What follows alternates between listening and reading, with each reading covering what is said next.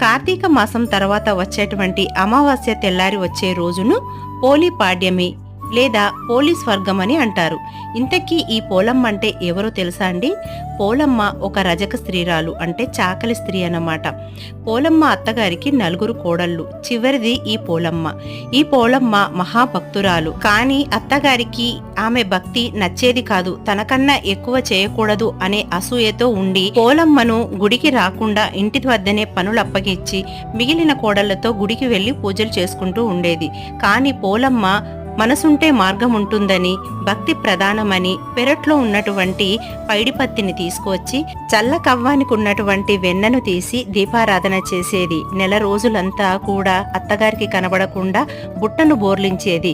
ఇలా నెల రోజులైన తర్వాత విష్ణుదూతలు వచ్చి ఆమెని విష్ణులోకానికి తీసుకువెళ్తుండగా అత్తగారు కాళ్ళు పట్టుకొని వేలాడింది, కానీ లాభం లేకపోయింది. భక్తి ప్రధానమని